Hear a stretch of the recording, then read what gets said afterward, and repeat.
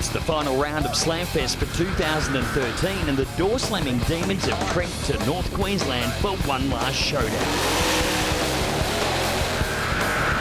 Batmobile Raceway in Gladstone hosted the last round of the championship, which saw Ben Bray take out debutant Murray O'Connor in the final face-off. But O'Connor is back for more, and this time we'll be looking to go the extra mile. Oh, mate, we had an absolute ball at Batmobile. We went down, we tried the best we could, we had fun.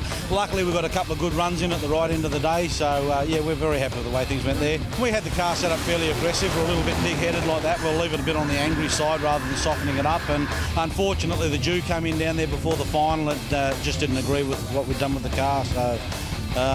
you know, we'll try today and see how we go here, and hopefully we can go one better than we did last time. After falling victim to mechanical issues last round, John Zappia arrived at Mackay with a slight grip on the points lead and desperately needs a win to cement his status as 2013 Slamfest champion. Oh, look, at the end of the day, you come here and we know we've got a strong car, but, you know, if the track's not there, that's going to make it a bit difficult. I've never been here before, Palmyra Raceway, so we've got to treat it a bit cautiously, and we just need to get from A to B and get in a reasonable qualifying spot, and hopefully we can win from there. But Zappia will be facing an onslaught of top door slamming rivals, with the likes of Peter Capiris, Victor and Ben Bray all taking one last shot to knock the Fuchs striker Monaro off the top. Strap yourselves in, because it's going to be maximum mayhem in Mackay for this, the final round of Slamfest. Get ready to buckle up.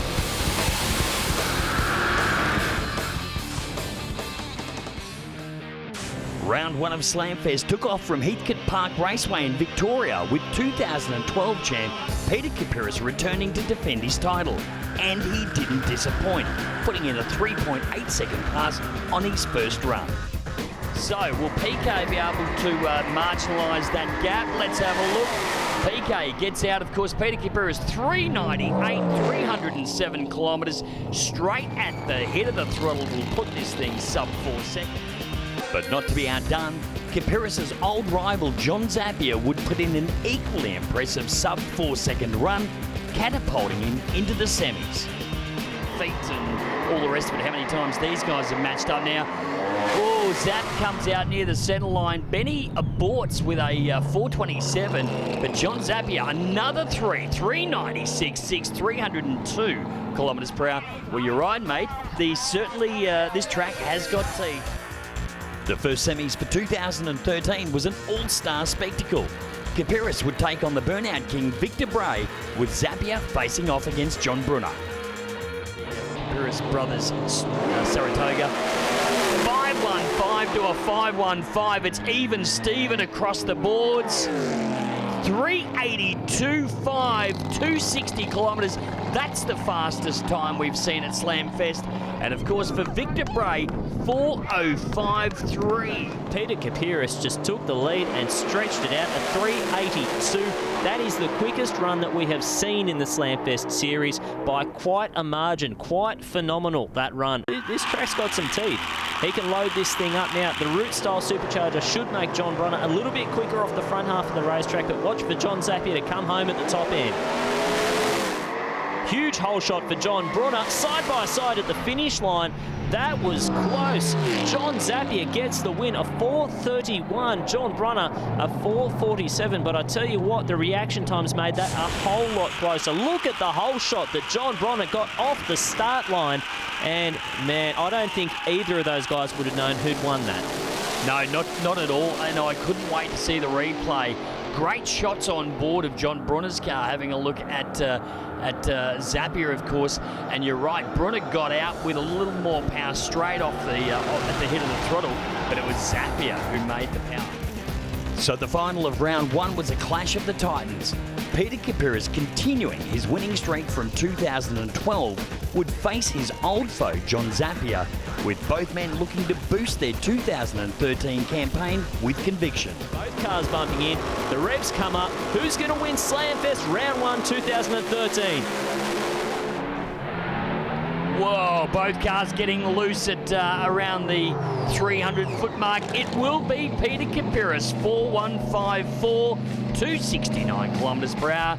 And John Zappia runs on through 444.7 at 284. Wow, talk about getting loose there, Rusty. Well, the Kapiris team pretty happy with that. Subdued happiness, I would say, from Mark Crew. He would have liked to run a little bit quicker, but you can see that car of Kapiris got off line first and was never headed. John Zappia, well, we know he had some problems coming into this round, had to change transmissions, change all sorts of parts on the engine, but still puts in a representative run. Probably not what he was after, a 444, but still. Well, the new #1 points man, it is Peter Kapiris. He's continued on with his form from last year. The reigning champion will leave here with the points lead. The points coming into round 2 had the heavyweights neck and neck at the top. However, Kapiris' goose was almost cooked at Portland when Sean Mifsud misfired and nearly ended his points reign prematurely in qualifying. Great shots, of course, Kapiris brothers to the left of screen.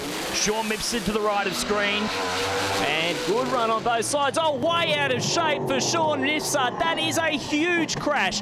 Head on into the wall, bounces off the opposing wall. The good news is he's driving that car. He was on the brakes right until it came to a stop, and he is moving about. But that is a huge moment for Sean Mifsud. Well, I have got goosebumps. Not only is it a huge moment, but of course he's driving somebody else's car. Struck the tyres, turned them, and it was all over. That is the biggest impact we have seen in Slamfest history, bar none, Rusty. Yeah, that is not something you ever like to see. Let's go on board. This is going to be a very telling shot. You can see there, really driving the car with one hand, trying to correct it, and a huge hit. And then the second one, it's like a double punch for him. And you can see he's on the brake handle there, getting the car stopped. And, well, Sean Mifsud, I'm sure he'll be upset about crashing John Canulli's car. But, hey, the main thing is he's A-OK looking at the footage. With Kapiris progressing through round 1, he'd again faced Victor Bray in the semis. Meanwhile, John Zappia would make his way through to face a tough Grant O'Rourke for a spot in the final. Revs come up. Here it is, semi-final #1. Victor Bray and Peter Kapiris look side by side, although Peter Kapiris gets there 430, 215 kilometres per hour, struck the tyres hard, and Victor Bray 470. He unfortunately just didn't have enough in the tank. No, both of those guys wanted it off the start line. Only 0.005 of a second between the reaction times between the two drivers. You see Peter Kapiris, he's now got the shifters on the steering wheel. Doesn't have the old tower set up, so you can see he can keep two hands on the wheel at all times, and it helped him here. You can see the car started smoking the tyres, and he was able to save it very, very quickly. O'Rourke with some problems gets out near the centre line, but it's Zappia down the centre. 4065, 295 kilometres over that 8th mile or 200 metre strip. And right from the get-go, John Zappia showing dominance with the 71 HQ Monaro. Yeah, a very telling shot from behind there for Grant O'Rourke. The car just drove right over to the centre line, which is not where you want to be. There's no grip, and you're certainly not going to win the race. John Zappia through to the final round again. Zappia's entry into the final would make it a repeat of Slamfest at Heathcote, with Kapiris looking to extend his championship lead, and Zappia desperate for revenge after his first final loss. It's going to be a tough one, but Peter Kapiris is going to do his best to put him down 2-0 in final round so far this season. Both cars bumping into stage. This promises to be a fantastic final round. Huge hole shot to Peter Kapiris. He's out in front, but Zappia drives around him. A 4:01 with a 5. Fantastic win for John Zappia. Peter Kapiris problems with that 4:32, and John Zappia resets the track record yet again by 1,000th of a second. A very deserving winner here today, Jason. Oh, indeed, and of course squaring the championship up is John Zappia. Looking at those speeds, I mean, 297 kilometres an hour, 298. He really has been the top-end man here at Portland this weekend. And congratulations going out to Zap, of course, as I mentioned, squaring it up. Look at the drive job from Peter Kapiris. Wow, front wheels were in the air. He's got the car sideways in the braking area. He was driving that thing all the way. Look at it on the gear change. Picked up the front wheels. He had to pedal the car to get it to the finish line in one piece and still in his own lane. Great shot here, looking across side by side all the way to the finish line. So as Slamfest travelled to Gladstone in outback Queensland, Zappia had taken his revenge and a slight lead over his nemesis, but both would suffer major setbacks. Kapiris snapping a spindle in qualifying and Zappia losing power in his run against Murray O'Connor. That left the semis up to a formidable bunch of speed demons, the first being a Bray family affair.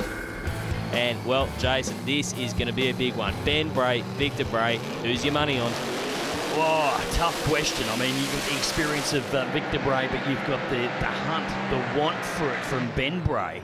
And you can bet your bottom dollar that it's going to be an all-out battle between these two. Of course, as you mentioned, father and son going at it right here in the semi-finals. The 57 Chev of Victor Bray, left of screen, right of screen. It is the Holden Monaro of Ben Bray. Ben Bray with the better reaction of the two. Victor is buttoned off, and Ben Bray will take the win. 4-1-2, 301 kilometres an hour. And for Victor Bray there, he goes through 574 at just 134 kilometres. Yeah, just a few problems, just shook and spun the tyres pretty hard for Victor Bray there. Ben Bray, he may not have the quickest car in the field at the moment, but he is absolutely killing him with consistency. And this is, of course, semi-final number 2. Who will be taking on Ben Bray in the final? Well, on paper, you've got to say Gary Phillips has got a distinct advantage, but Murray O'Connor, he took out John Zappia, our number 1 qualifier in the first round. Who's it going to be? Well, whole shot goes to O'Connor, 0.72, and it looks like he's just going to flat out run him. He does, a 4.03, 277 kilometres an hour. Gary Phillips, a 4.18, not a bad pass by any stretch of the imagination. He just got flat out run. Well, we saw the whole shot from Murray O'Connor. Have a look, the lights go green. He gets off the start line first. A little bit of shake there for Gary Phillips. I think that may have upset the momentum of the car. But O'Connor, the upset right there. He is going to his first final at his first Slamfest event. You cannot complain about that. He's going to take on Ben Bray very, very shortly. Murray O'Connor was living on a prayer, exploding into the final in his first Slamfest event. But one more obstacle remained between him and the ultimate glory. Two-time Slamfest champion Ben Bray and his weapon of choice, the Sid Chrome Monaro. There we go. And of course, Ben Bray left of screen. So the 440 Pro Series Monaro is now into stage. We're away. Advantage certainly goes to Ben Bray. Murray O'Connor not even in the race. 431, 246 kilometres per hour. Ben Bray, winner of round 3 of Slamfest. His father won it 12 months ago, and he backs it up here this year. Well, I tell you what, though, he did not have it all his own way. He really had to fight that car at the finish line, getting way over near the centre line markers. You can see the steering wheel really cranked over to left, gets the chutes out, but he didn't cross it. That's the main thing. And he is your winner for round 3 of Slamfest 2013. Ben Bray's win had catapulted him up the ladder to within striking distance of the heavyweights. And as we head into today's final round for the year, it's anyone's guess who will walk away as the 2013 champion. Stay with us, because after the break, we go head first down the dragway with qualifying for the final round of Slamfest.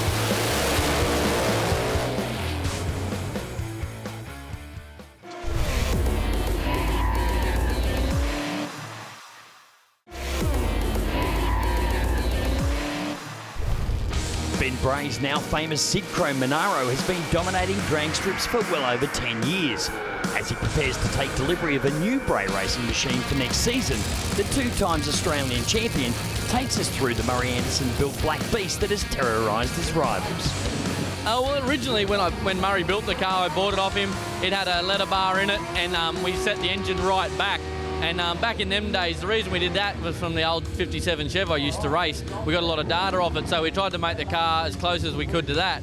The problem there is when the tracks got better and better and the guys got better at prepping them and making them better all round, the letter bar become unadjustable and a little bit hard to use. So I got it all cut up, and I got one of my mates, Jamie Page from ET Chassis. He cut the rear end out of it, and we put a Don Ness 4-link in it. Murray made me a brand new diff housing, so it's become a bit of a dinosaur now. It's got a bit of everyone's help in it. But when I see it at Murray's, it was just 10 lengths of chromoly on the floor, all straight, and when I went down to pick it up, it looked like you see it today. So I'm sure about 200 or 300 hours of Murray's work made it look that good.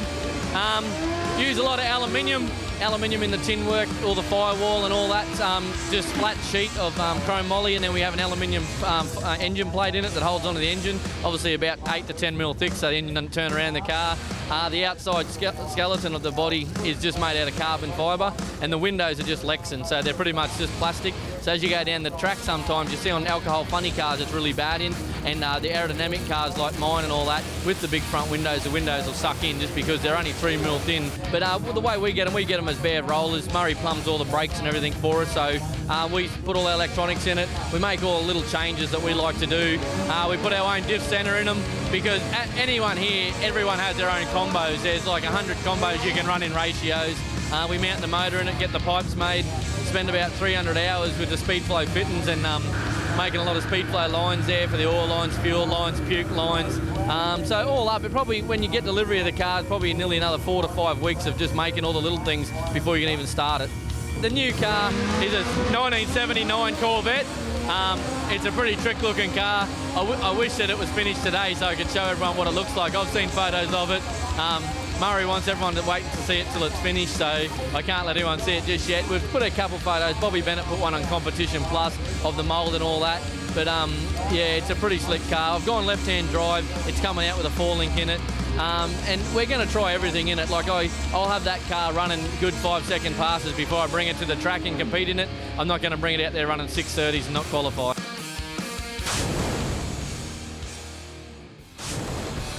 Welcome along to Palmyra Dragway here in Mackay for round 4 of Slamfest. It is, of course, the 4th and final round of this fantastic 8-mile series of top Doorslammers.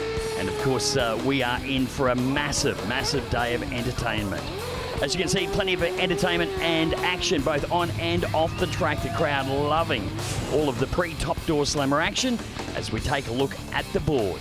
Yeah, well, John Zapier is the man with the plan at the moment in the number 1 spot, 260 points. Peter Kapiris not the showing that he wanted in Gladstone. He's in number 2 on 215. Victor and Ben Bray chasing close behind, and Russell Pavey and a whole host of other very, very fast top Doorslammers trying to chase them down. We've got qualifying coming up in just a few moments, and of course, reflecting back to the last round at Batmobile Raceway just a couple of weeks ago, Ben Bray came out victorious with this man, Western Australian Murray O'Connor, the runner-up. Yeah, really good showing for Murray O'Connor. First time that we saw him in the Slamfest Series, came out, went all the way to the final round. Now, this is one of the quickest cars that we've got in Slamfest. This thing's gone into the 580s over the quarter mile. 8-mile times, very, very competitive. But this track today, it is a little on what you would call the marginal side. It is a little bit, I guess, not what these guys are used to as far as the levels of traction. So this is the first test. We haven't seen any cars go down the track so far, and a whole bunch of tyre shake there for Murray O'Connor, really driving that thing hard to the finish line. It looks like he got off it just a little bit early, 4:46 though. Not too bad, pretty representative time considering he pedalled it a couple of times. Well, it looked like it was a really soft lead, but that shake says different. And then I think just clipping one of the timing blocks as he makes his way through the deep end. But you're right, that 440 is certainly a good one to get the monkey off the back straight up. Yes, there we are. Just clips those timing beams. And, of course, that run not representative of where we would probably expect them to be straight up. But I think he'll still be happy with it. I think he'd have a bit of a headache after that. If you've ever wondered what tyre shake is like, you can see it on the screen. When the tyres shake, the whole car shakes, doors come open, that sort of thing. Drivers have told me it's like putting your head in a paint mixer. That's the only way to describe it. There's no other comparison that you can make. And putting your head in a paint mixer, well, it doesn't sound like a whole lot of fun to me, especially when you're driving a 3,000 horsepower Doorslammer. Well, a whole lot of shake rattle and roll inside the helmet. And hopefully this pair here in front of us, of course, Peter Kaperis and the Kaperis brothers, Dodge Saratoga, will be able to put down a pass. In beside him, he is the new guy. He's the rookie this season here at Slamfest. It is going to be Bill Goonan from Brisbane with that immaculate 70.5 Camaro. Well, Peter Kaperis, he's got the new diff under the back of that car for this event this weekend. Of course, had some dramas at Gladstone in the previous event. They broke the spindle on the diff, I should say, and it ruled them out of the event. That was in the qualifier. They didn't even make it to the first round, so he really wants to put in a good showing here this weekend. Bill Goonan, on the other hand, that car has got the best of everything. It is not wanting for any parts whatsoever, and if he gets this thing stuck to the track, he can be a real hitter in this class. Yeah, certainly can. This car of Peter Kaperis in front of us now, we know that it has the capabilities of running sub 4 second times. Bill Goonans, as you mentioned, has got all the good gear, but Bill, just the second event in here for Slamfest, he's still very much getting a handle on both the car and also running this 8-mile distance track. Cars are in. Goonan is bumped all the way in, waiting on Kaperis. He comes in now as we see a 1-3 reaction from Peter Kaperis. Problems for Kaperis as Goonan runs it out. 481, 227 kilometres an hour, getting the win. And Peter Kaperis, a 571 at just 144. Yeah, looking at the replay for Peter Kaperis, we spoke about that tyre shake, and it seems to be exactly what the problem is yet again. That thing just went straight up into tyre shake. It was like he actually knocked to smoke the tyres completely. Bill Goonan, on the other hand, he did what he had to do. It wasn't a pretty pass, it wasn't a quick pass, but got it down there. At the moment, he's in the number 2 spot, but there's a whole host of other cars coming out of the staging lanes ready to knock him off. Well, just having a look, of course, being here in Mackay this weekend, the clouds a little ominous there in the background, and I've got to say that the humidity is up just a touch. Benny Bray moving himself with that Monaro into the left-hand lane, and he'll be taking on the earlier model HK Monaro of Grant O'Rourke. Yeah, Grant O'Rourke actually gave one of his crew members a bit of a thrill earlier on today. He put them in the passenger seat. He does have a passenger seat and another cage alongside him in that car, and put one of his crew members in there. Went down the track for a 4.2 second ride down the 8th mile track here at Mackay. Pretty incredible sort of stuff, and I'll tell you what, the crew members' eyes were wide open after that one. Well, the crew works so hard as we see Debbie O'Rourke there just spraying the injector hat for her husband. But the crew works so hard and tirelessly getting these cars to the strip. It's good to see they getting a little bit back. Ben Bray with the whole shot and shoots her out. A little bit loose for O'Rourke and really late on the laundry. What do we got? A 4.33 for Ben Bray, and O'Rourke will in fact get the win there. Yeah, 4.22 for Grant O'Rourke. That's a fantastic pass. Got a little bit loose at the finish line, but that's about all that mattered there. 4.23 puts him all the way up to the number 1 spot so far. Bit of a surprising result in qualifying from what we've seen. The big guys so far haven't made an impact. No, we've seen both Bill Goonan and of course that of Grant O'Rourke. The cars of Grant O'Rourke and Bill Goonan come through with the win light. So the man that is Sid Chrome, and of course he is the man that is best known for the 57 Chevs in the world of drag racing, Victor Bray, taking to this right-hand lane. And in beside him, it is going to be Gary Phillips taking to the track for the second time also for the 2013 Slamfest Series.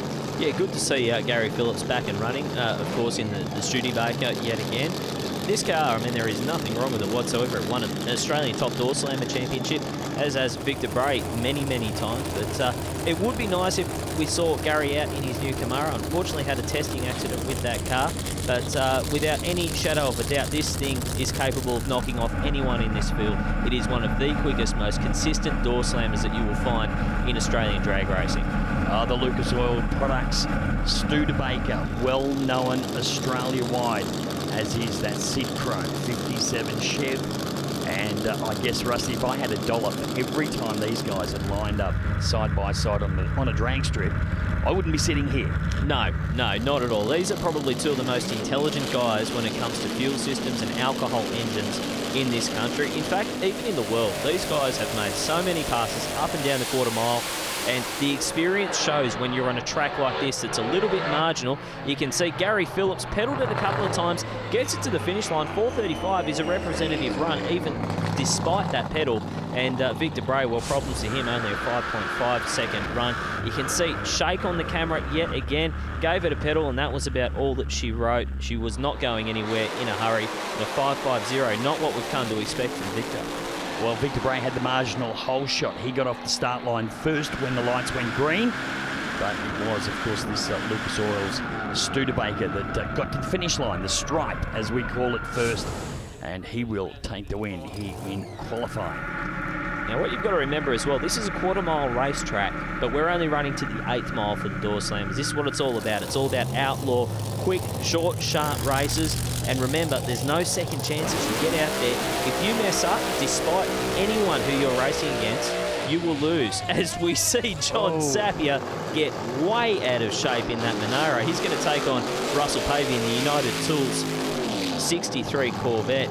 A guy who's had a pretty good season so far in Slamfest 2013. Absolutely. Russell Pavey currently sitting back in 5th. And of course, that man there, John Zapier, is leading the points on 260. But wow, talk about get himself out of shape during the burnout then. And of course, these guys, as we mentioned, you know, these trusty crews, they travel Australia-wide with these teams. They don't employ a new team or a crew at each track. They, in fact, have the same crew that travel around, a little bit like a rock star, travelling from track to track. Although, be at the racetrack, when these guys are having to do some work, and there's nothing rock star about it. No, there is not. If you want to get a good idea of what these guys have to do away from the racetrack as well, Ken Lowe, the guy who's squirting the injectors there for Russell Pavey, and Russell Pavey actually do a blog on the internet that dictates or I guess diarises what they do on this car between rounds, how much time and effort goes into putting this car down the racetrack. John Zapier, very wild out of shape pass. That thing got over near the centre line. 4:31, that's not a bad run, but have a look at that for Russell Pavey. A 4:26, that is right up the pointy end of the field.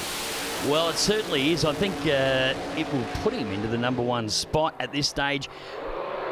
In fact, #2, as I have a look and check my notes, #2 for Pavey. Wow, Zapier there. He really got that thing loose, not only in the burnout, but he had the thing from lock to lock, as you can see by the hand movements on that butterfly steering wheel over that 8th mile, which is just about a little over 200 metres. As we have a look at your Slamfest qualifying results, surprise #1 qualifier for Grant O'Rourke, 4:23 with a 9. Very well deserved for him and that team. Russell Pavey in #2 with a 4:26. John Zapier in 3rd. Ben Bray in 4th with a 4:33. Gary Phillips in a very tight top 5 with a 4:35. Murray O'Connor, Bill Goonan and Victor Bray rounding out your top 8. Grant O'Rourke, surprise #1 qualifier. You've got to be pretty proud of that in a field of this calibre. Yeah, look, without a doubt, mate. It's one of them things. The track is what it is. You've got 8 or 9 cars here, which have got all the horsepower in the world. It's a case of who deals with the best on the day. There's a couple of cars there that are 100% definitely going to be able to go quicker than me. But on a track like this, they're not going to be able to use what they've got. So you've got to use as much as you can, as quick as you can, for as long as you can, I guess. Final round of Slamfest 2013. Here's your ladder. Murray O'Connor and Gary Phillips, Ben Bray, Bill Goonan, Grant O'Rourke on the solo, Russell Pavey and Peter Kapiris will match up, and John Zapier will take on Victor Bray. Well, don't go anywhere, because coming up right after the break, round 1 eliminations here at Palmyra Dragway.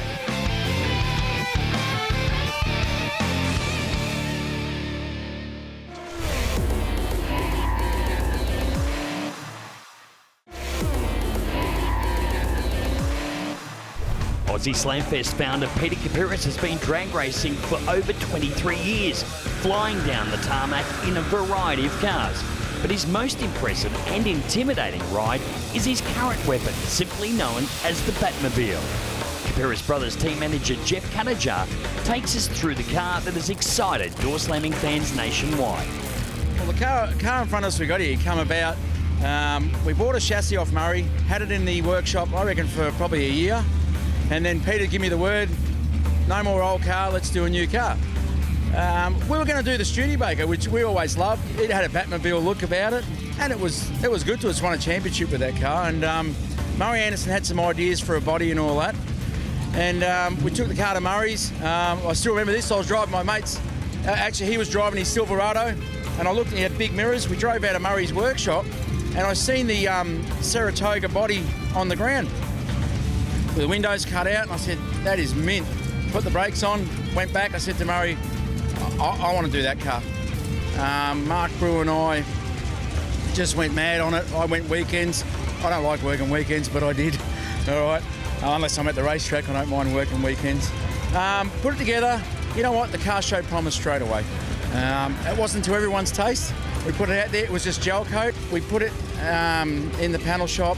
We had a paint scheme from a guy who drew it up for us. We changed it somewhat. Put the black, the Ferrari red, come out, and I said, that's it.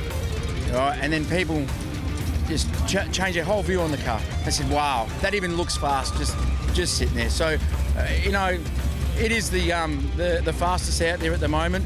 And we're hoping to get some more out of it. The body is a carbon fibre composite. The car itself, the body's light. We've put probably 200 and something pound in the car, strategically around the car. The car is probably 80 pounds overweight. We need to keep a little something up our sleeve, so we're gonna leave it for a while.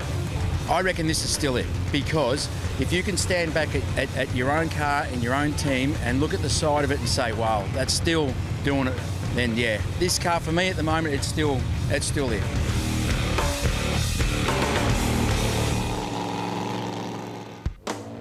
As we come back to round 4 here at Slamfest, of course the guys from Stuntsing, Matty Mingay, and the guys entertaining the crowds, and the kids are loving it. Yeah, they're having a fantastic time. Let's have a look at your Doorslammer ladder now. Murray O'Connor and Gary Phillips will match up in the first round. Ben Bray and Bill Goonan, Grant O'Rourke with the solo pass, Russell Pavey and Peter Kapiris, and the marquee matchup of the round, John Zappia and Victor Bray. That's going to be a huge one. Well, Gary Phillips and Murray O'Connor, the first pairing out here in round 1. And we saw Murray O'Connor, of course, runner-up just one event ago in Banarabi.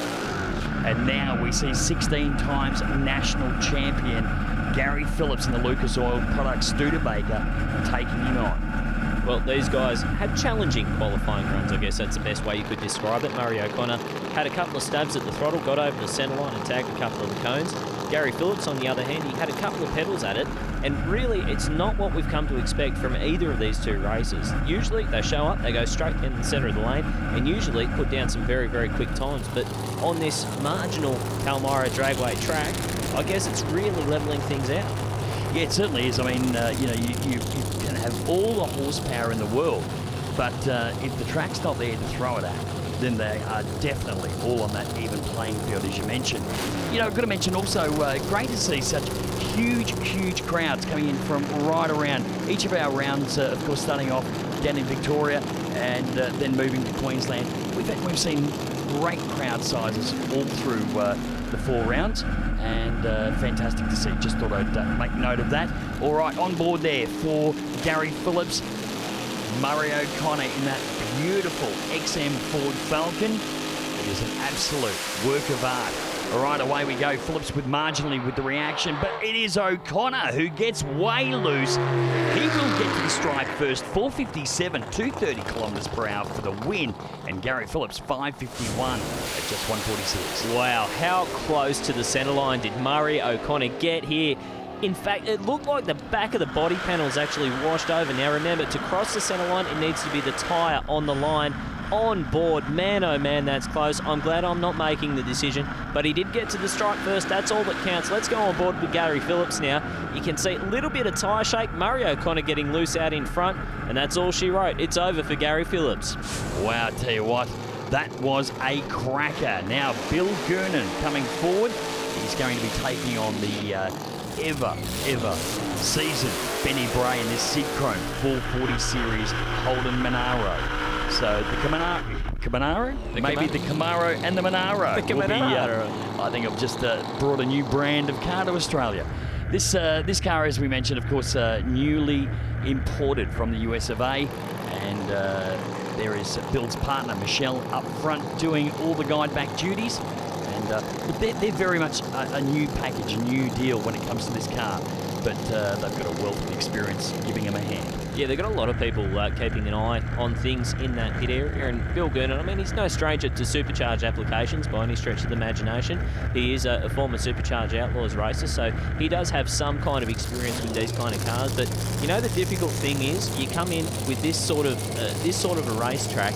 These cars can do anything at the best of times. When you've got a racetrack that's a little bit marginal, could smoke the tyres, could shake the tyres, could go straight down the centre of the lane, it really does, I guess, throw a curveball to guys like Bill Gurnon who don't have a huge amount of experience in these top Doorslammer cars. Yeah, that's right. I mean, Benny Bray, he would have a folder full of various setups and data.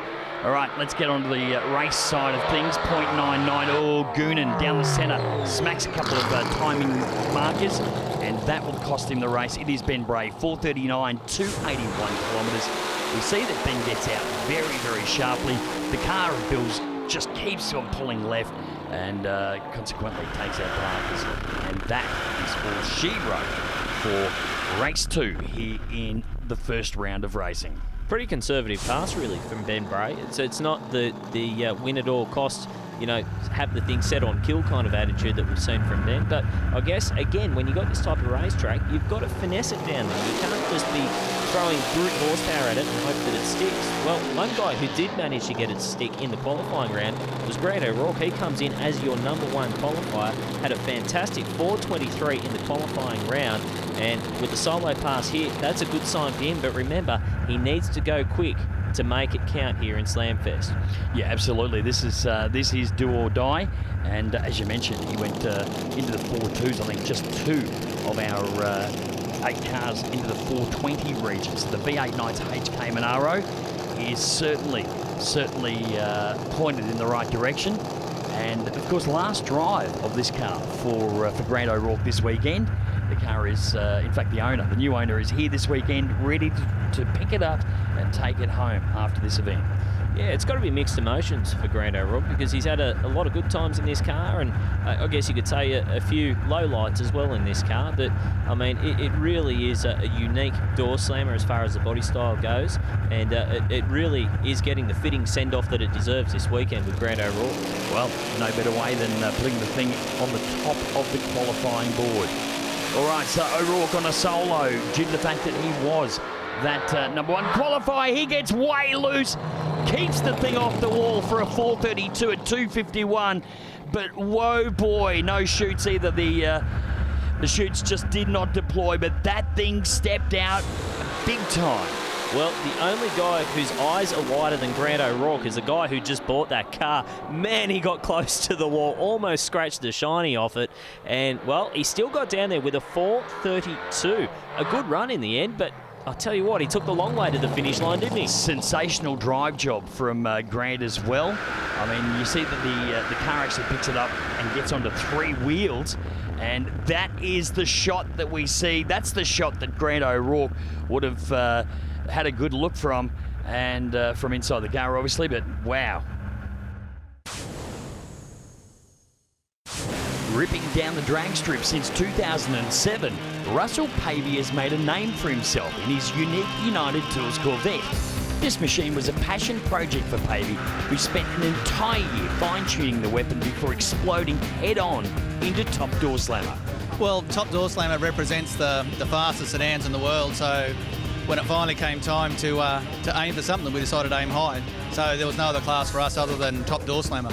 We chose a 63 Corvette because I really like the shape. It's long, it's swoopy, it's a pretty cool car. It's a very iconic car from the 60s, and as soon as I saw one, I thought, yeah, I got to have one of those. So I went about it a bit of a different way. I sort of talked to a few chassis builders, but unfortunately the queue was fairly long at all of them, and I love having a go at something myself.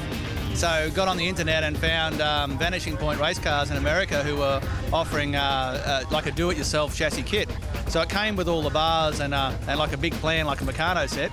And the idea really captured my imagination. And I got the help of a few good friends who were probably equally crazy and thought, yeah, we'll have a go at this. So ordered the kit and had it shipped over and got busy. My skill level's a little low on the welding department, but we didn't let that stop us. I As I fitted each bar, I tack it all in and then hired a professional welder to come in and finish weld the car. So the end result was the car you see sitting here, which is a great design. It's very well built, but best of all, it came out of my garage at home. The previous car was a mid-50s Morris Minor that I put a blown injected Hemi in, and it highlighted a few shortcomings. And we figured if we were going to do it right and we really wanted to go hard, then we had to have the right design. The aerodynamics, it all had to be right. We pretty much chose low-cost options wherever we could. The body is made out of fiberglass, and it's a simple layup, so it's just 3 layers of what they call chop strand mat, and it's just hand laid. All the tubes in the car are chrome moly. The rest of it's made from aluminium sheet and stuff we scrounged from home.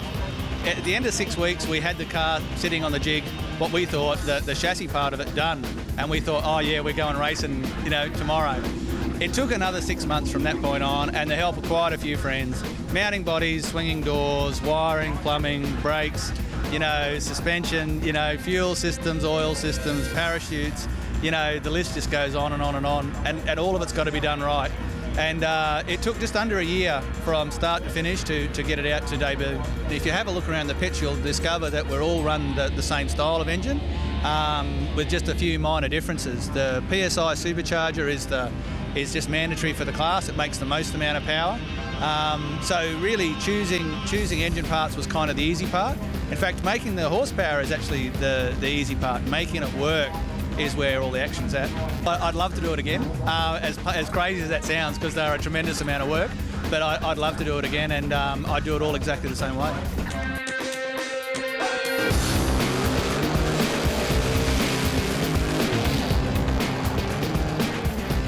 And as we return to round 1 of eliminations, we see the rain falling in the distance.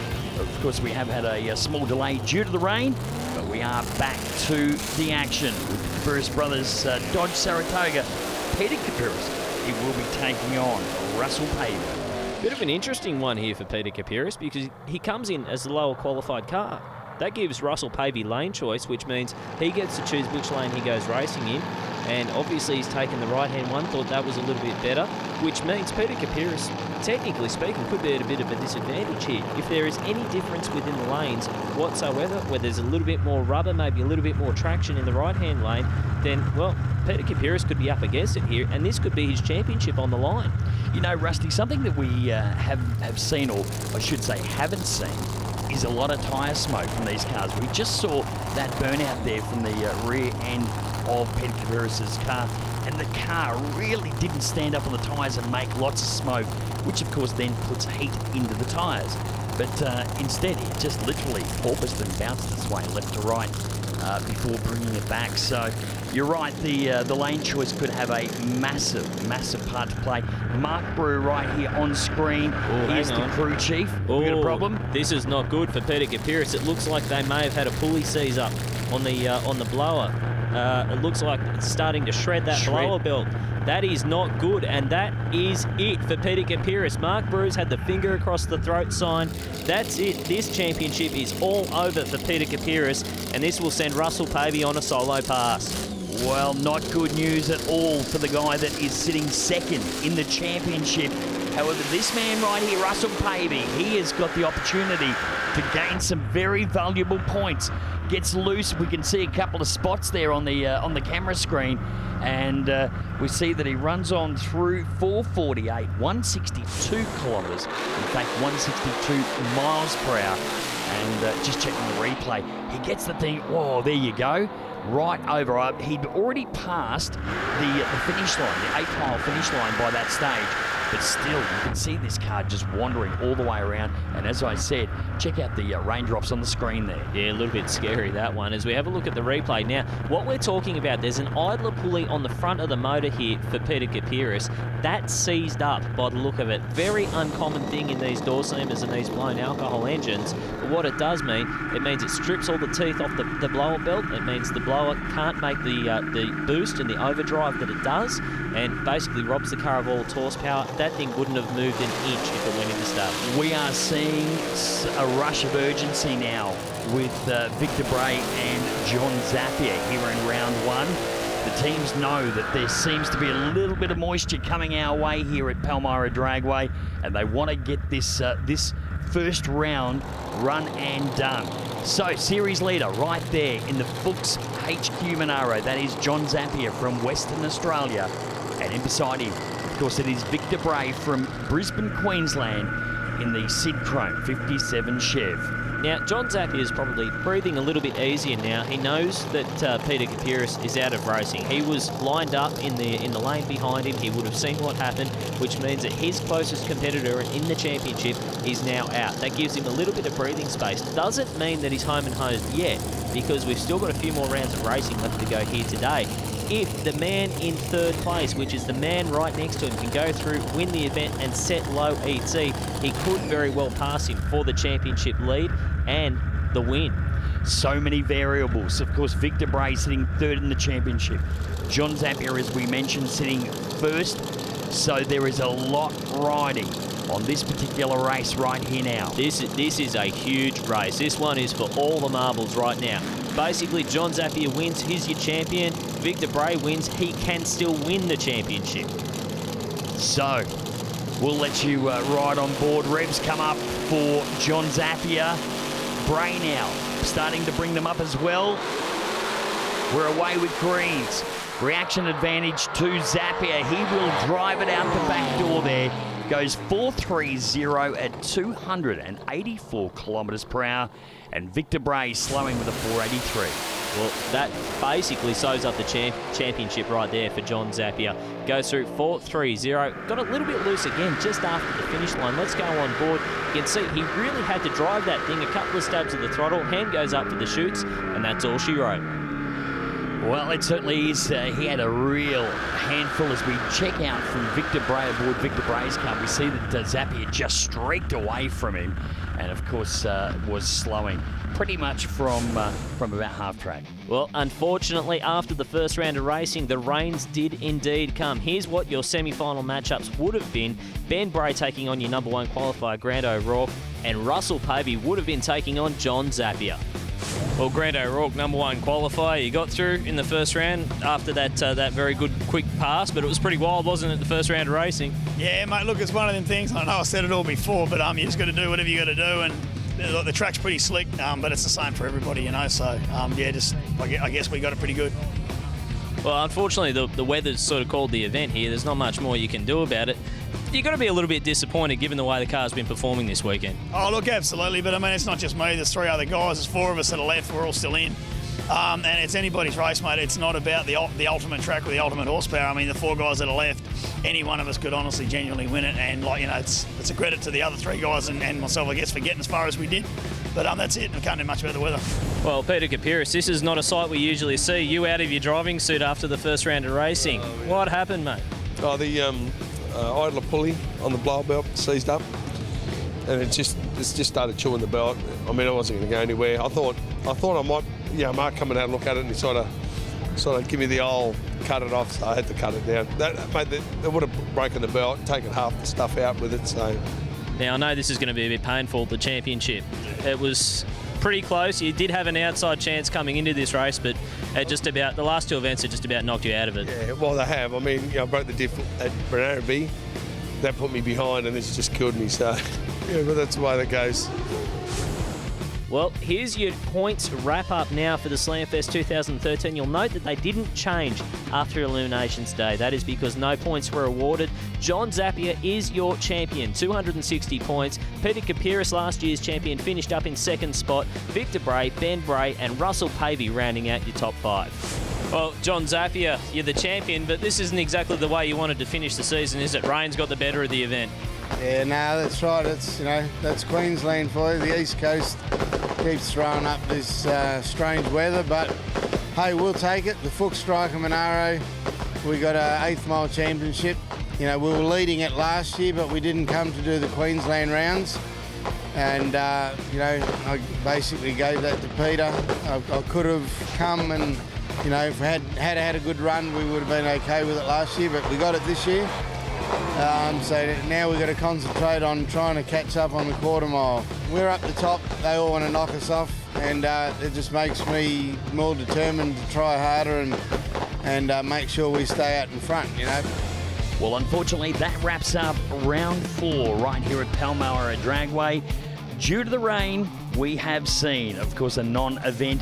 But congratulations goes to John Zappia, crowned the winner of the 2013 Slamfest Series. On behalf of myself, Jason Bean and Rusty Gregory, we'll see you in 2014 for Slamfest when it returns. All right, so O'Rourke on a solo due to the fact that he was that number one qualifier. He gets way loose, keeps the thing off the wall for a 432 at 251, but that thing stepped out big time. Bray now starting to bring them up as well. We're away with greens. Reaction advantage to Zappia. He will drive it out the back door there. That sews up the championship right there for John Zappia. That's it for today's show. Speedweek will be taking a break next week as we make way for SBS's live coverage of round 2 of the Penrite Pro MX Championship presented by AMX Superstores. The teams and riders in MX1, MX2 and MX3 head north to Fairbairn Park in Canberra where they'll resume dirt track hostilities. Live coverage commences next Sunday from 1 p.m. Australian Eastern Standard Time, and you can check out ozpromx.com.au for more details.